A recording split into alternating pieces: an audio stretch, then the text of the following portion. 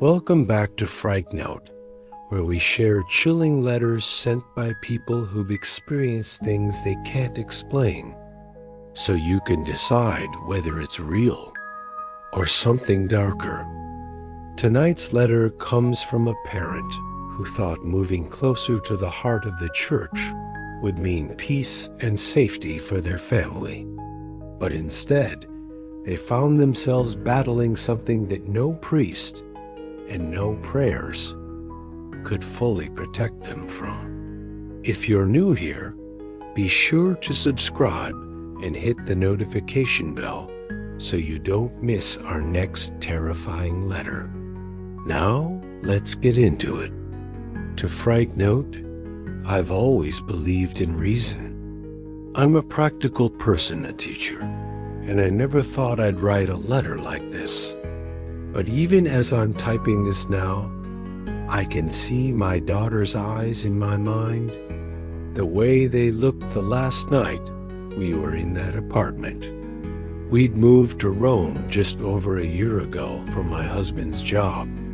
He works for an architecture firm restoring historic churches.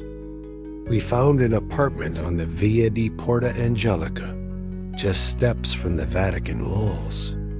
The real estate agent made a big deal about the address. It was supposed to be a safe, beautiful neighborhood, and it was. At first, our place was on the third floor of an old building with faded yellow paint and an iron balcony tangled with vines. From our windows, we could see the massive dome of St. Peter's glowing at night. It felt magical. My daughter, Lucia, was 15 then. Smart, shy, loved sketching. She'd always been a quiet kid, but once we settled in Rome, she became even quieter. I thought it was just adjusting to a new country, a new school, new language. But then the drawings started. At first, they were just random shapes, circles, geometric designs. But soon she started filling entire pages with strange symbols, spirals, crosses turned upside down, eyes, so many eyes. Sometimes I'd find scraps of paper shoved into her pockets or under her pillow. When I asked her about them, she'd shrug and say, "I don't remember drawing that." Around the same time, I noticed cold spots in the apartment. No matter how warm the day was, certain corners of our hallway were icy enough to make my breath fog. And then there were the whispers. Late at night, I'd be folding laundry or cleaning up dishes, and I'd hear what sounded like a woman chanting in a language I couldn't place. I'd tiptoe into Lucia's room, only to find her fast asleep. My husband brushed it all off. He'd say, "We're in Rome. These old buildings have drafts, echoes, history." But I couldn't shake the feeling that something was watching us, especially Lucia. The night I really started to panic was the evening I came home early from work. I unlocked the door and heard a deep voice coming from Lucia's room. A man's voice, low, guttural, speaking perfect Latin. I froze in the hallway. My heart was pounding so hard I thought I'd faint. When I finally pushed open her door, Lucia was sitting at her desk, staring at the wall. Alone. The room smelled like burnt candles and something almost metallic. When she turned to look at me, her eyes were rolled so far back I could barely see the irises. And then she smiled and whispered, "You shouldn't have come home early." I slammed the door shut, shaking. When I opened it again seconds later, Lucia was just sitting there, normal as ever. She blinked at me like I was the crazy one and asked, "Mama, why are you crying?" After that night, I started watching Lucia constantly. I'd wake up at 2 or 3 in the morning and tiptoe into her room, terrified of what I might find. Sometimes she'd be awake, sitting upright in bed, muttering in Latin. Other times she'd be scratching her fingernails along the stone wall, leaving tiny white marks that looked like claw scratches. One morning, I found bloody writing on the bathroom mirror, Domini non sum dignus. My Latin's rusty, but even I know what that means. Lord, I am not worthy. Lucia swore she didn't do it, but there were bloody smudges on her fingertips. My husband kept insisting it was all in our heads. She's a teenager. She's under stress. This city is old. It plays tricks on you. But he didn't hear what I heard. Every night, the chanting got louder, and sometimes it sounded like more than one voice. One night, I woke up to Lucia screaming. When I ran in, she was thrashing on her bed, eyes rolled back, screaming words I'd never heard. Her voice was deep, guttural, like a man's. When I tried to hold her, she hissed at me in perfect Italian.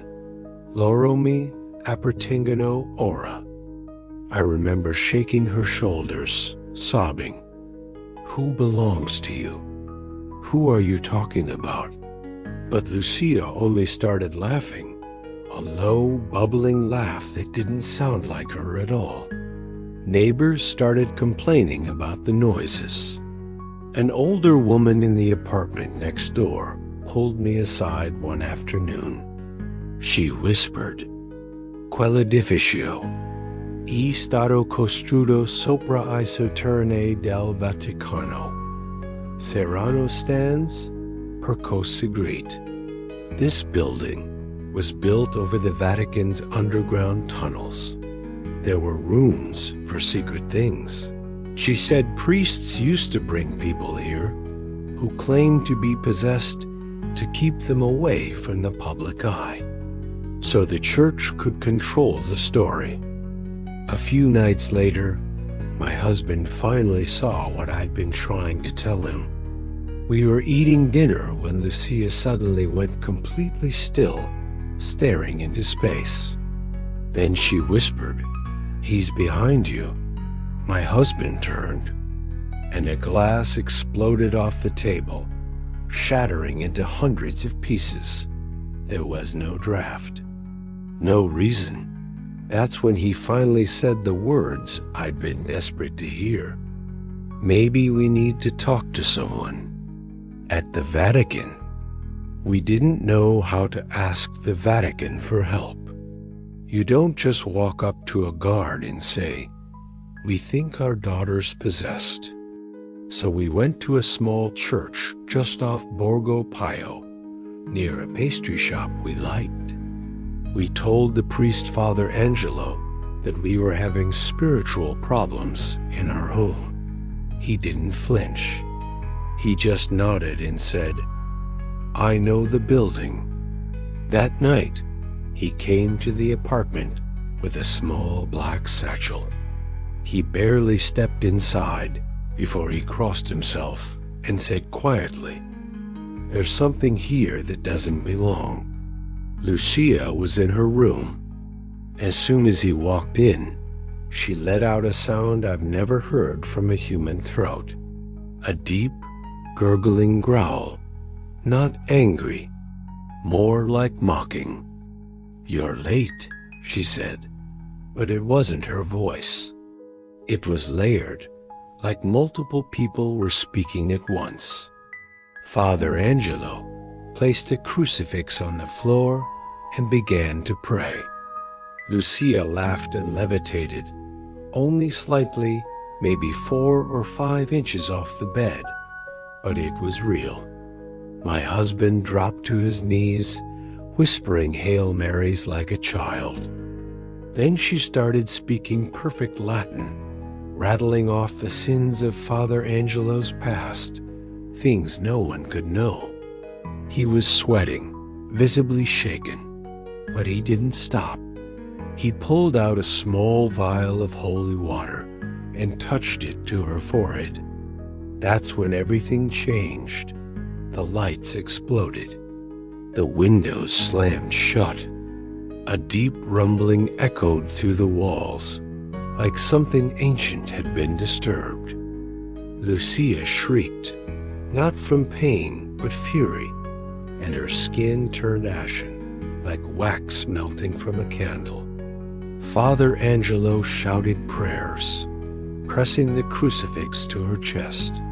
She screamed, "Questo corpo è mio," and then suddenly silence. She collapsed, eyes closed, normal breathing. Father Angelo stood there, trembling. "It's gone. For now," he said.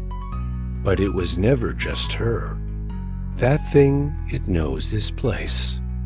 It's tied to something older than you or me. He made us promise to leave the apartment by morning. We moved out that night. Lucia doesn't remember most of it, just flashes. Sometimes she wakes up screaming, but the doctors say it's trauma, not possession. I want to believe them. But sometimes I catch her staring at the corner of the room, the one that always stayed cold. And I swear I hear whispers coming from her sketchbook when she leaves it open.